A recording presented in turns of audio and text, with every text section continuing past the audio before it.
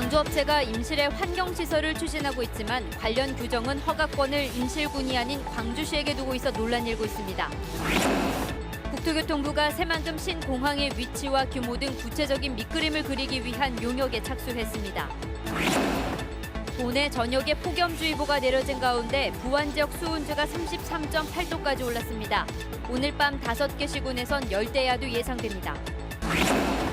폭염이 기승을 부릴 때면 시원한 물 한 모금이 간절할 때가 있는데 군산 시내 곳곳에 누구나 마실 수 있는 생수 비치대가 등장해 화제입니다.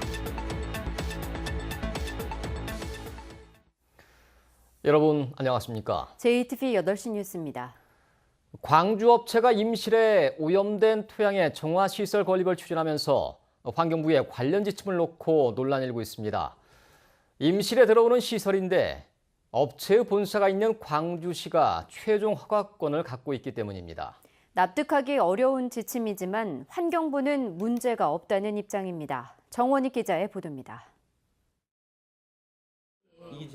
환경부가 마련한 토양 정화업에 관한 업무 처리 지침입니다. 토양 정화업을 등록할 경우 해당 사무실, 즉 본사가 위치한 곳에 시도지사에게 신청 토록했습니다. 하지만 따로 짓는 오염토양 정화시설은 전국 어디든 이 시설이 위치한 자치단체와 협의만 하면 됩니다.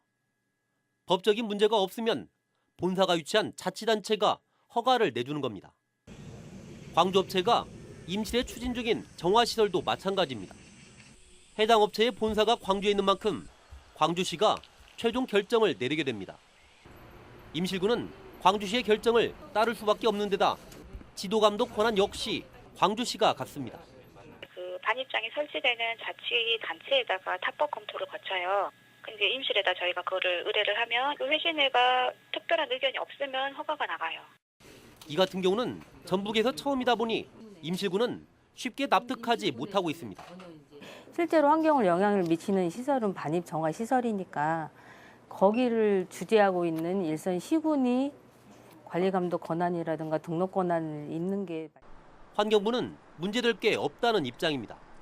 반입 정화 시설을 어쨌든 땅이나 그런 걸 구입하는 문제가 있다 보니까 거기에 따라서 본인들이 땅을 보고 반입 정화 시설만 따로 두는 것도 이상하잖아요. 주민들이 원하지 않는 시설을 다른 자치단체가 결정하도록 한 환경부 지침에 대해 논란은 계속될 것으로 보입니다. JTB 뉴스 정원익입니다. 야외 활동이 많은 계절에 야생 진드기 조심하셔야겠습니다. 진드기가 옮기는 바이러스에 감염된 환자가 지난해보다 크게 늘었습니다. 사망자도 속출하고 있습니다. 오정현 기자가 보도합니다. 야생 진드기에 불려 SFTS, 중증열성 혈소판 감소 증후군 바이러스에 감염된 환자가 또 나왔습니다. 전북에서만 올해 벌써 8번째 확진 환자입니다. 사망자는 5명, 모두 60대 이상 고령인데 야외 활동뿐 아니라 집에서 잔디를 깎거나 반려견을 쓰다듬다 진드기에 물린 사례도 있어 공포감은 더 커지고 있습니다. 최근에 내환동물에 달라붙은 야생 진드기가 사람에게 옮겨붙어서 감염시키는 사례들도 보고가 되고 있기 때문에 각별한 주의가 필요합니다. SFTS 확진 환자는 지난해 같은 기간 2명보다 4배나 늘었는데 사망자도 작년 이 기간 1명에서 올해 5명으로 급증했습니다. 일찍 시작된 여름 더위로 진드기 활동이 활발해진 게 이유로 꼽히고 있습니다. 진드기 감염병은 뚜렷한 치료제가 없어 물리지 않도록 주의하는 게 최선입니다. 야외 활동은 긴소매 차림으로 나서고 진드기 기피제를 사용하면 도움이 됩니다. 이런 수풀에 눕거나 앉거나 하지 않도록 하시고 또 집에 돌아오신 후에는 입었던 옷을 잘 세탁하시고 그리고 샤워를 통해서 우리 몸에 진드기가 있는지 없는지 꼭 확인하시는 게 필요합니다. 또 야외 활동 뒤 발열이나 구토 등의 증상이 나타나면 반드시 가까운 병원을 찾아 진료를 받아야 한다고 전문가들은 조언합니다. JTB 뉴스 오정현입니다. 도내 전역에 폭염주의보가 내려진 가운데 더위가 맹위를 떨친 하루였습니다. 어젯밤 올해 처음 열대야가 발생했는데 오늘 밤에도 이어지겠습니다. 나금동 기자의 보도입니다. 기세등등한 땡볕이 길을 나서기가 무서울 정도입니다. 대형 얼음을 만져보지만 더위를 식히기엔 역부족입니다. 찜질방을 온 것처럼 이제 더워가지고 좀 많이 힘들었던 것 같아요. 앞으로도 계속 이거보다 더 더워지니까 앞으로 이제 밖으로 어떻게 나가야 될지. 그늘진 정자에서도 땀이 줄줄 흘러내립니다. 날씨가 굉장히 덥네요. 장마가 끝나고 지금 굉장히 더워요. 가만히 앉아서도 좀 땀나네요. 오늘 전북 14개 시군 전역에 폭염주의보가 내려진 가운데 부안 33.8도, 익산 33.7도, 전주 32.8도를 기록했습니다. 내일은 오전 11시쯤 전주, 익산, 완주, 임실에 폭염 경보가 내려지고 낮 기온은 32도에서 35도로 오늘보다 2도가량 더 높겠습니다. 더위 체감 지수는 위험 수준까지 오르겠고 습도까지 높아 불쾌 지수는 매우 높겠습니다. 자외선 지수도 매우 높겠고 오존 농도는 나쁨 수준을 보이겠습니다. 따뜻하고 습한 공기가 유입이 되고 강한 햇볕으로 인해 낮 기온이 33도 이상 오르는 곳이 많겠습니다. 어젯밤에 이어 오늘 밤에도 전주, 김제, 고창, 부안, 익산에서 밤 기온이 25도를 넘는 열대야 현상이 나타나겠습니다. 전주기상지청은 북태평양 고기압의 영향으로 밤낮 없이 무더운 날씨가 다음 주 후반까지 이어질 것으로 내다봤습니다. JTB 뉴스 나금동입니다. 연세가 좀 있는 분이라면 어릴 적 동네 우물에서 마셨던 시원한 물 한 모금 기억하시는 분들 있을 텐데요. 누구나 시원하게 마실 수 있는 이런 우물이 군산 시내에 25곳이나 생겼다고 합니다. 어떤 사연인지 하원우 기자가 전해드립니다.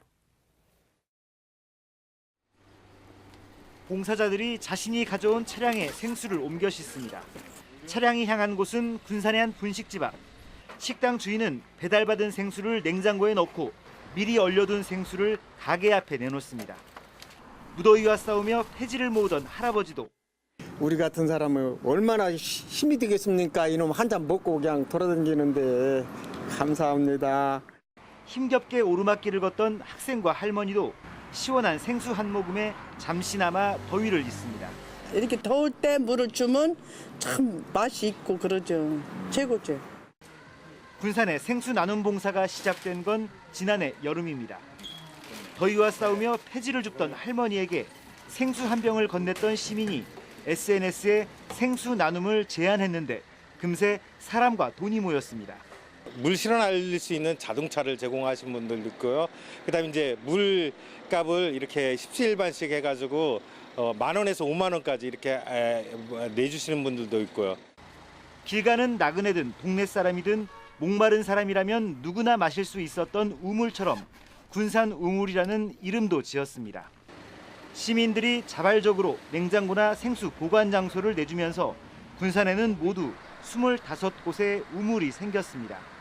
어른들이 오셔가지고 앉아서 쉬시면서 물을 드실 수 있게 돼서 저도 좋고 어르신들도 이제 좋아하시고 시원한 물 드시면 갈증도 해소되고.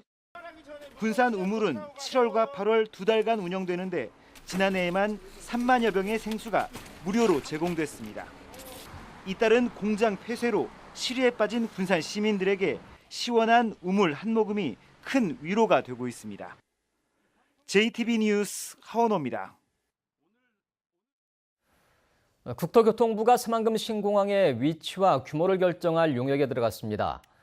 하지만 전라북도의 바람처럼 2023년 이전에 완공되려면 갈 길이 멉니다. 권대성 기자가 보도합니다. 새만금 신공항에 대한 사전 타당성 연구 용역이 시작됐습니다. 용역이 끝나면 위치와 규모, 건설비 등 전북의 수건인 신공항의 큰 틀이 나오게 됩니다. 국토부가 2025년 67만 명 등 항공 수요 조사 결과를 내놓으면서 신공항의 타당성은 이미 어느 정도 인정받았습니다. 하지만 전라북도가 목표한 대로 2023년 세계 잼버리 대회전에 공항을 완공하기까지는 아직 갈 길이 멉니다. 당장 이번 사전 타당성 용역만 해도 1년간 진행될 예정입니다. 이후에도 예비 타당성 조사와 기본계획 수립 같은 절차만 밟는데 통상 3, 4년이 걸립니다. 2023년 전에 착공도 빠듯한 만큼 전라북도는 예비 타당성 조사 면제 같은 행정 절차의 획기적인 단축을 바라고 있습니다. 예타 면제 등 행정 절차를 좀 간소화해서 잼버리 이전에 개항할 수 있도록 중앙정부를 적극 설득해 나가도록 하겠습니다. 정부는 현재 내년도 예산안을 짜고 있는데 전라북도가 공항 건설을 앞당기기 위해 요청한 기본계획 수립비 25억 원을 아직 반영하지 않고 있습니다. 행정 절차가 남아있다는 이유입니다. 결국 신공항의 조기 완공은 행정 절차 단축이 관건으로 떠오르고 있습니다. JTB 뉴스 권대성입니다. 군산 조선소 가동 중단과 한국GM 군산 공장 폐쇄 영향으로 전북에서 취업 한파가 이어지고 있습니다. 통계청에 따르면 지난달 전북의 취업자 수는 92만 9천 명으로 지난해 같은 날보다 6천 명이 감소했고 고용률은 59.2%로 0.3%포인트 낮아졌습니다. 반면 실업자 수는 2만 5천 명으로 지난해 같은 날보다 1,000명이 늘었고 실업률은 2.7%로 0.2%포인트 높아졌습니다. 친환경 상용차 자율주행 전진기지 사업을 추진하고 있는 전라북도가 정부에 예비타당성 조사를 신청했습니다. 이 사업이 예비타당성 조사 대상으로 선정돼 사업성이 인정되면 전라북도는 내년부터 2023년까지 군산과 심한금에 2,200억 원을 투자해 상용차 자율주행 부품 단지와 자율주행 실증 도로 연구개발 기반을 구축할 계획입니다. 전라북도는 상용차 자율주행 전진기지가 조성되면 전북 자동차 산업의 경쟁력이 더 높아질 것으로 기대하고 있습니다. 민선 7기 단체장의 핵심 정책과 운영 구상을 살펴보는 시간, 오늘은 임실군 순서입니다. 이른바 군수들의 무덤으로 불린 임실군에서 재선에 성공한 신민군수는 500만 관광객을 유치하고 활력 넘치는 임실을 만든다는 계획입니다. 이승환 기자의 보도입니다. 민선 7기 임실군의 최대 현안 가운데 하나는 옥정호 수변 관광도로 개설 사업입니다. 영농은 물론 일상생활에도 불편이 크고 지역 발전에 걸림돌이 되고 있기 때문입니다. 밭을이나 노른을 가려고 10km 이상을 돌아가야 되는 형편입니다. 그런 어려움이 많은데도 불구하고 저희같이 도로 현황이 안 좋은 그런 댐이 전국적으로 없다고 보고요. 임실군은 국가 예산 800억 원을 확보해 도로를 내고 성수산과 치즈 테마파크 자원도 활용해 관광객 500만 시대를 연다는 구상입니다. 옥정호 수변과 산악을 종합 관광지로 개발을 하고 성수산을 휴양과 힐링 중심의 군립공원 1호로 지정을 해서 명실상부한 관광 명소로 갖고 나가겠습니다. 노인들을 위한 임의용과 경로당 급식 지원, 공공 실버주택이 확대되고 봉황 인재학당을 통해 도시 못지않은 교육 환경을 조성하는 데도 계속 힘쓸 계획입니다. 신민군수는 농공단지와 더 많은 일자리를 통해 젊은이들이 찾아오는 활력 있는 지역을 만들어간다는 구상입니다. 오수와 관천 지역의 신규 농공단지를 조성을 하고 치즈 유가공 산업을 육성해서 젊은 층이 선호하는 음식과 관광이 접목된 새로운 일자리도 만들어 나가겠습니다. 그동안 단체장의 이딴 중도 낙마로 군수들의 무덤이라는 오명을 떠나야 했던 임실 군민들이 재선 단체장을 선택하면서 또 다른 4년이 시작되었습니다. JTB 뉴스 이승환입니다. 더불어민주당 조직 강화 특위가 전주를 끝으로 전라북도 지역위원장 선정 절차를 모두 마쳤습니다. 민주당은 두 차례에 걸쳐 9개 지역위에 기존 위원장들을 다시 선임한 데 이어서 마지막 남아있던 전주울 지역위원장에는 김영진 전 전북교육청 교육국장을 선정해 최고위 의결만을 남겨두고 있습니다. 하지만 민주당은 신청자가 2명 이상인 지역위원회도 별도의 경선 절차 없이 위원장을 결정하고 일부 지역은 사실상 대행 체제를 인정해 논란이 일고 있습니다. 장애인의 편리한 이동권을 요구하는 전북 장애인 이동권 연대가 출범했습니다. 장애인과 일부 시민단체로 구성된 전북 장애인 이동권 연대는 장애인 콜택시의 이용 시간과 요금이 지역별로 크게 달라 불편이 크다며 전라북도의 장애인 광역 이동지원센터 설치를 촉구했습니다.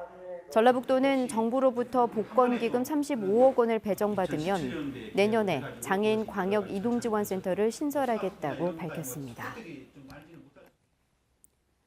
군산시 옥도면 어청도 해상에서 어선이 뒤집혀 실종된 선장 56살 권모 씨를 찾기 위한 수색 작업이 나흘째 이어지고 있지만 아직까지 행방을 찾지 못하고 있습니다. 군산해양경찰서는 오늘 경비함정 등 선박 8척과 헬기 2대, 수색 인력 160여 명을 동원해 사고 지점 반경 35km를 수색하고 있지만 권 씨의 흔적을 찾지 못했습니다.